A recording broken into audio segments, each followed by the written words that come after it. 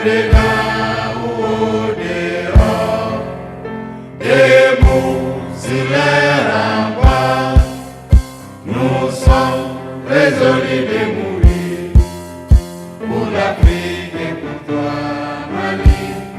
Notre drapeau sera liberté pour l'Afrique et pour toi, Mali. Notre combat sera l'unité.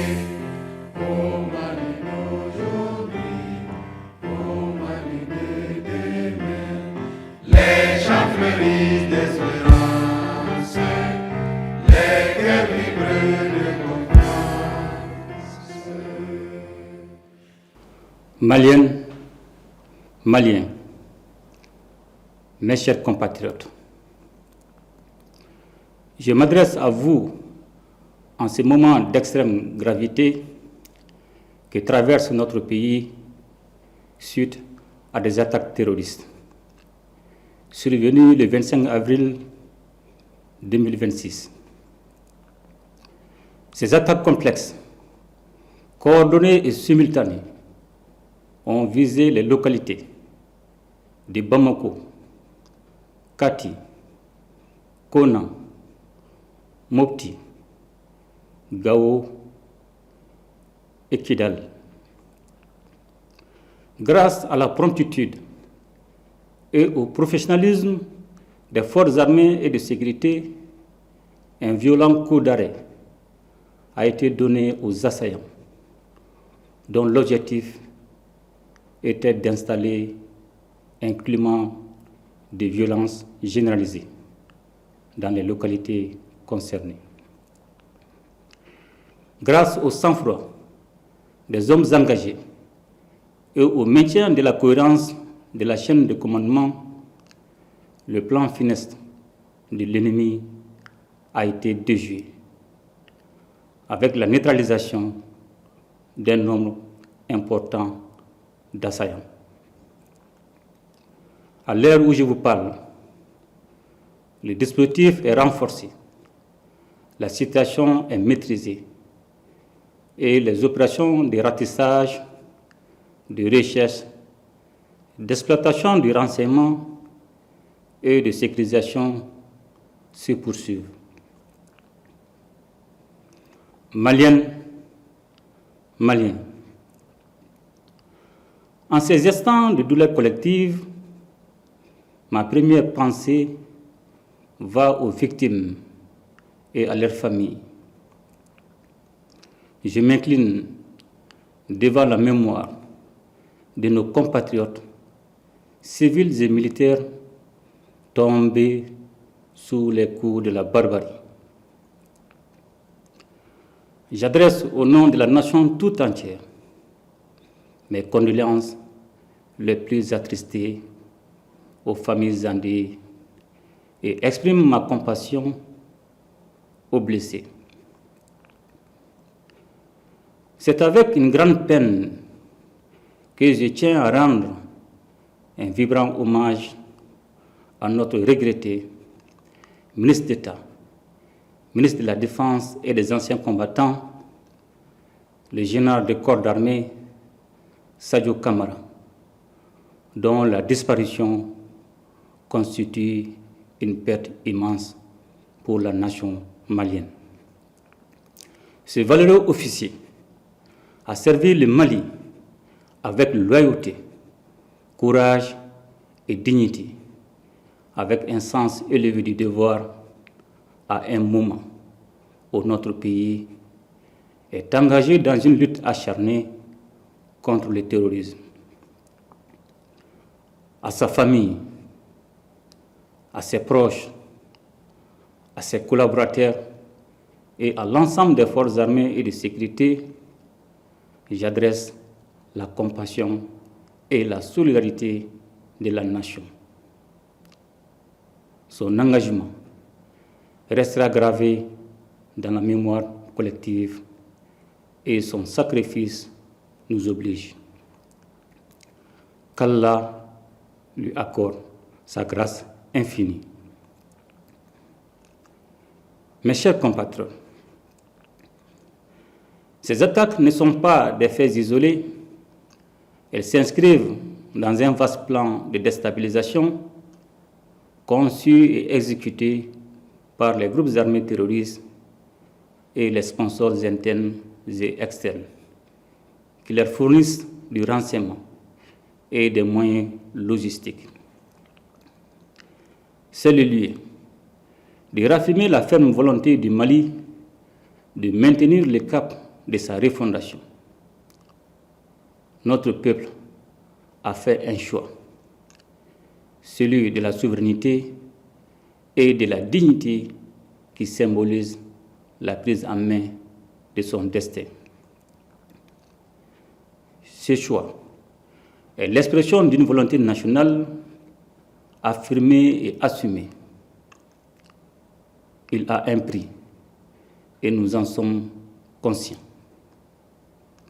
Bien que dur par sa nature, ce choix est le seul chemin qui vaille si nous voulons offrir à nos enfants un avenir libre, juste et prospère. Maliennes, Maliens, les épreuves que nous traversons en ces temps difficiles ne sont en réalité que des embûches sur la voie noble qui mène à la prospérité. Nous devons garder à l'esprit que c'est dans l'épreuve qu'une nation doit conforter sa cohésion et son unité. Un sursaut national est aujourd'hui indispensable et nous devons tous, comme un seul homme, nous ériger contre la division et la fracture sociale. Mes chers compatriotes, c'est plus que jamais le moment de faire confiance à vos forces armées et de sécurité engagées dans une lutte complexe contre le terrorisme. Les opérations se poursuivront jusqu'à la neutralisation complète des groupes impliqués et le rétablissement durable de la sécurité sur l'ensemble du territoire national. Je demande également à chaque citoyen, dans chaque quartier, dans chaque fraction et dans chaque village, de faire preuve de vigilance et de responsabilité, appuyer nos services en transmettant par les canaux officiels toute information utile au renseignement et à la prévention. C'est pourquoi je vous exhorte aussi à ne pas céder aux rumeurs, aux messages d'affolement ni aux manipulations. Par ces temps qui courent, la désinformation peut devenir une arme au service des terroristes. Le Mali a besoin de lucidité et non de panique. Je salue, en cette circonstance, la synergie d'action au sein de la Confédération des États du Sahel, dont la force unifiée œuvre sans relâche à la pacification de notre espace. Je tiens également à reconnaître la qualité de la coopération avec nos partenaires stratégiques, notamment la Fédération de Russie. J'ai instruit le gouvernement de prendre toutes les mesures nécessaires pour renforcer l'assistance aux victimes, soutenir les familles endeuillées et accompagner les blessés. La solidarité nationale ne doit pas être un vain mot, elle doit être un geste, une présence, un soutien concret. Aucune violence, aucune intimidation, encore moins des tentatives désespérées de déstabilisation ne sauront inverser la marche de notre pays. La refondation se poursuivra la souveraineté se consolidera. Notre peuple, debout et résilient comme jamais, triomphera de cette épreuve. Qu'Allah bénisse le Mali et protège les Maliens. Je vous remercie. À ton appel, Mali, pour ta prospérité, fidèle à ton destin, nous serons tous unis. Un peuple, un but, une foi, pour une Afrique unie.